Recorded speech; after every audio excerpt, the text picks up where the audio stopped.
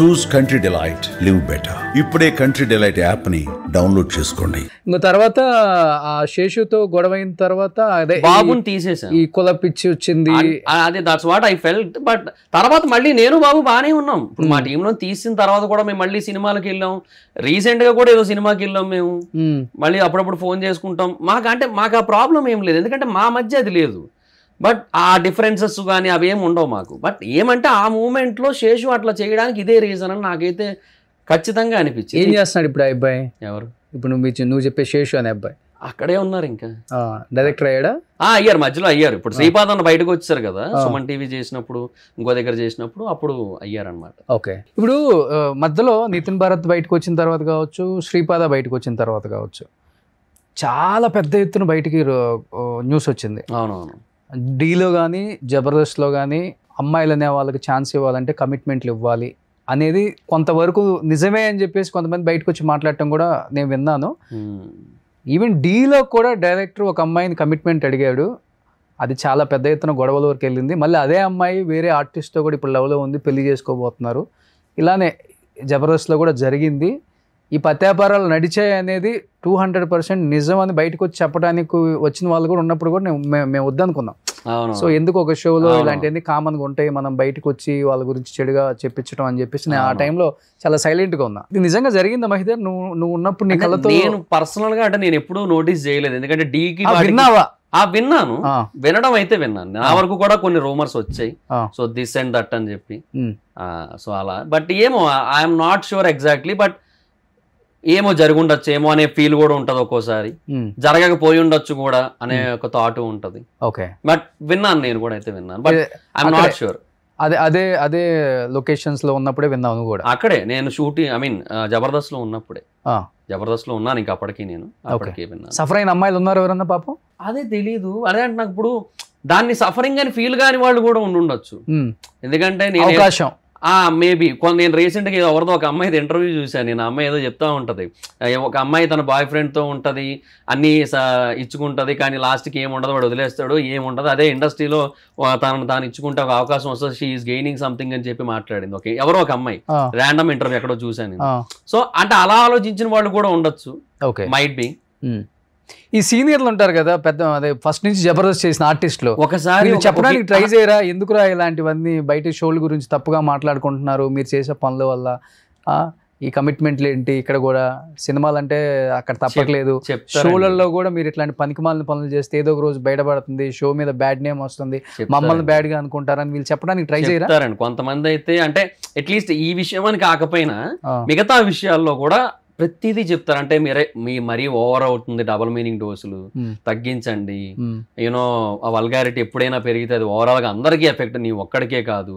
ఇట్లాగా యూనో కూర్చొని మాట్లాడుకుంటారు, అందరూ కూడా డిస్కస్ చేసుకుంటారు. డెఫినెట్ గా మేబీ ఈ పాయింట్స్ కూడా వచ్చి ఉండొచ్చేమో, మాట్లాడుకుంటారు మొత్తం అందరూ కూడా. But end of the day మళ్ళీ ఇండివిజువల్ డెసిషన్స్ కి అక్కడ ప్రియారిటీ ఇచ్చుకుంటారు, అంతే. నేను ఒకసారి ఒక ఆర్టిస్ట్, ఆవిడ పేరు ఫేసు అది కూడా ఫేస్ గుర్తులేదు, పేరు నాకు నిజంగా అప్పుడు కూడా తెలియదు నాకు ఆవిడ పేరు.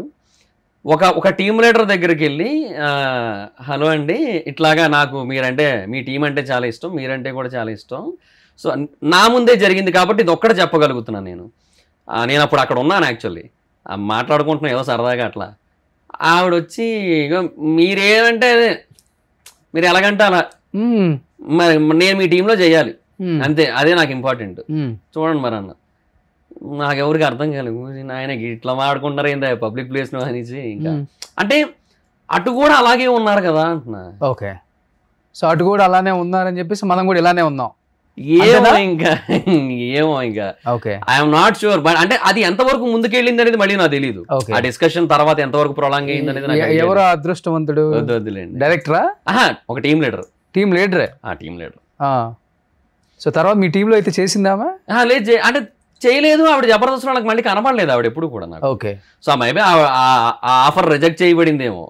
ఓకే, సో మేబీ, బట్ నా కళ్ళ ముందే జరిగింది. భలే వింత వింతగా ఉన్నాయి మహిదర్ అసలుకి. మంచి సీనియర్ టీమ్ లీడర్ అట్లా. ఓకే, ఇండస్ట్రీలో కాస్టింగ్ కౌచ్ ఉంది, అది ఉంటదండి. అది లేదు అనుకుంటే అది భ్రమ, అంతే. అది ఉంటది. ఏమంటే దాన్ని యాక్సెప్ట్ చేసేసి ముందుకు వెళ్ళిపోతారు చాలా మంది. నేను ఒక ఎగ్జాంపుల్ చెప్తా, అంటే నేను పేర్లు ఏవి చెప్పను. నాకు నా ఫ్రెండ్ ఒక అమ్మాయి నాకు ఫోన్ చేసింది, ఎక్కడో మా అక్క వాళ్ళ ఫ్రెండ్ అనమాట. సో అట్లా నాకు కొంచెం పరిచయం ఫ్రెండ్ అయింది. అలాగా తను ఒకసారి నాకు ఫోన్ చేసి, ఇలాగ ఒక అమ్మాయి ఉంది నా ఫ్రెండ్, తనకి ఒక సినిమాలో ఛాన్స్ ఇస్తున్నారంట, దానికోసం నలుగురితో కమిట్మెంట్ అంట ఈ సినిమాకి. తనకి ఓకే, బట్ సినిమాలో ఛాన్స్ జెన్యూనా కాదా, ఆ సినిమాలో మీ జబర్దస్త్కి చెందిన ఒక టాప్ యాక్టర్ సెకండ్ లీడ్ చేస్తున్నారంట. సో ఒక్కసారి అది నిజమా కాదా అని కనుక్కోగలవా అని అడిగింది. ఓకే, సరే ఓకే అని చెప్పి నువ్వు లైన్లో ఉండు, నేను కాన్ఫరెన్స్ పెట్టేస్తా, ఇప్పుడే చేసేస్తా అని చెప్పి చేశాను. అప్పుడే చేశాను. ఆ టీంలో ఉన్న ఇంకొక పర్సన్కి ఫోన్ చేశాను, మాట్లాడి సరే ఇట్లా ఫోన్ ఇవ్వండి ఒకసారి మాట్లాడాలి నేను చెప్పి అంటే ఫోన్ ఇచ్చారు. అడిగా కాన్ఫరెన్స్లో ఆ పిల్ల కూడా వింటుంది, అంటే నా ఫ్రెండ్ వింటోంది. ఆ టీం లీడర్ అసలు ఆ సినిమా పేరే ఏం లేదు నేను ఎప్పుడు అన్నాను. అది ఎప్పుడు వచ్చింది, అది అసలు వస్తున్నట్టు కూడా అది షూటింగే తెలియదు నాకు అసలు, నేను ఎప్పుడు వినలేదు ఆ పేరు, నేను వినలేదు మహేందర్, నిజంగా జెన్యున్ గా. ఎవరు సెకండ్ లీడ్ అతను? ఒక పెద్ద టీం లీడర్. ఆయన నేను వినేయలేదు అసలు. నాకు అసలు ఇదేందో నాకు అసలు కొత్తగా ఉంది, నాకు అసలు ఏం అర్థం కావట్లేదు ఏం చెప్తున్నా, నేను అసలు సినిమా పేరు కానీ ఆ డైరెక్టర్స్ ఎవరో ఏమీ తెలియదు నాకు అన్నారు ఆయన. అది వినగానే ఆ పిల్ల షాక్ అయింది, అవతల చెప్పింది. సో చెప్తే ఇంకా ఆ పిల్ల ఓకే డ్రాప్ అయింది.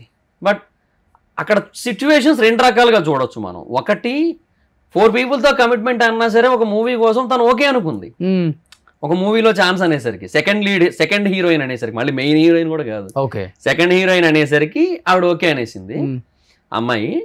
అండ్ ఇక్కడేమో అసలు లేని సినిమాని చూపించి ఇట్లాగా ట్రై చేశారు. ఇది ఇండస్ట్రీ తప్పు అంటావా లేకపోతే వాళ్ళు తప్పు అంటావా? అవసరం అని. మంచి రైటర్ కదా నువ్వు. అవును, ఎవరు తప్పిది? ఏమో నా పర్సనల్ ఫీలింగ్ అయితే ఎక్స్‌ప్లాయిటేషన్ అనేది కరెక్ట్ కాదు. సో ఇండస్ట్రీ ఫీలింగే, ఇండస్ట్రీ తప్పన్న ఫీలింగే ఉంది.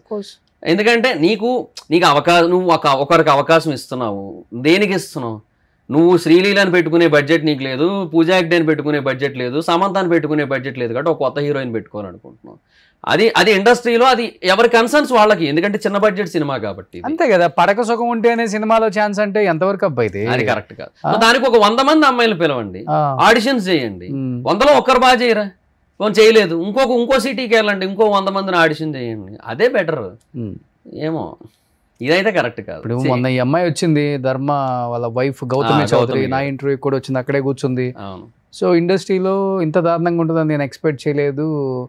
మా ఆయనకి బిగ్ బాస్లో బయటకు వచ్చిన అందరితో అఫేర్స్ ఉన్నాయి, లేకపోతే కొంతమంది ఇన్ఫ్లుయెన్సర్స్తో, కొంతమంది ఆర్టిస్టులు, ఇంత దారుణంగా ఉంది ఏంటి అని ఆమె కూడా వాపోయింది పాపం. చెప్పాలంటే ఎప్పటికప్పటికి మనం అనుకుంటాం ఈరోజు మనం పతివతలం అన్న ఫీలింగ్ ఉంటుంది ఎవరికైనా, కానీ తప్పు ఏ రోజైనా బయటికి రావాల్సిందే. అంతే, 10 సంవత్సరాలకైనా 20 సంవత్సరాలకైనా 30 సంవత్సరాలకైనా పెద్ద పెద్ద హీరోలు కూడా ఫేస్ చేస్తున్నారు పాపం. వాస్తవంగా చెప్పాలంటే ఒక్కొక్క స్టేట్లో ఒక్కొక్క హీరో. మనం దర్శన్ చూసాము, కర్ణాటక ఎంత పెద్ద స్టార్, స్టార్ అసలు అలాంటి వ్యక్తి. మరి చిన్న చిన్న పిత్రేగాళ్ళు అంతా. అందుకనే ఇప్పుడు కొంతమంది నేను మాట్లాడేటప్పుడు రోషన్ నోటికి ఏదొస్తే అది మాట్లాడతాడు కొంతమంది మీద. అంటే ఎందుకు మాట్లాడతాం అంటే ఈ పెయిన్తో మాట్లాడతాం. ఇండస్ట్రీకి ఎంతో ఆశ మీద వస్తారు పాపం, కొత్తగా వచ్చేవాళ్ళు, లేకపోతే డెఫినెట్గా వాళ్ళకి ఫ్యాషన్ ఉండి వచ్చేవాళ్ళు, సపోర్ట్ లేక నానా సంకలనాకి ఇంత దూరం వచ్చి ఇంట్లో వాళ్ళని ఒప్పించుకొని, తల్లిదండ్రులని, అన్నతమ్ముళ్ళని, సిబ్లింగ్స్ ఒప్పుకోవాలి మెయిన్. మీ అక్క ఏంట్రా, మీ చెల్లి ఏంట్రా, ఇట్లా చేస్తుందన్న ఎన్ని ఉంటాయి, అందరిని ఒప్పించుకొని ఇంత దూరం వస్తారు. వాళ్ళకి మనం ఒక అవకాశం ఇవ్వడం పక్కన పెడితే ఫస్ట్ మనం ఇచ్చే అవకాశం ఇది వాళ్ళకి. ఇది దారుణంగా ఉంటాయి, విన్నప్పుడల్లా చాలా పెయిన్ అనిపిస్తుంది. అది తగ్గాలి ఇండస్ట్రీలో, మన ఇండస్ట్రీ కదా, అన్ని ఇండస్ట్రీలో తగ్గాలి. వాళ్ళు మళ్ళీ బయటికి రావటం, మళ్ళీ పెద్ద న్యూస్ అవ్వడం. ఆ మధ్య పెద్ద వైరల్ అయిపోయింది అది, ఆ న్యూస్ ఒకటి ఏదో కమిటీ లాగా వచ్చి మొత్తం. ఇప్పుడు మీడియా వైడ్ రేంజ్ లో పెరిగిపోయిన తర్వాత డిజిటల్ ప్రపంచం కూడా, కరోనా ఇంకా టూ మచ్, ఇంత పెరిగినా కూడా మేము ఇంకా ఈ పాపాలే చేస్తాం, మాకు ఇదే కావాలి, దీంట్లోనే ఆనందం ఉంది, దొరకం అనుకుంటే తప్ప. చాలా మంది వస్తారు బయటికి, రావాలి. సో అట్లా అయిపోయింది ప్రపంచం. సుమన్ టీవీలో మీ పర్సనల్ అండ్ బిజినెస్ ప్రమోషన్స్ కోసం కింది నెంబర్కి కాంటాక్ట్ చేయండి.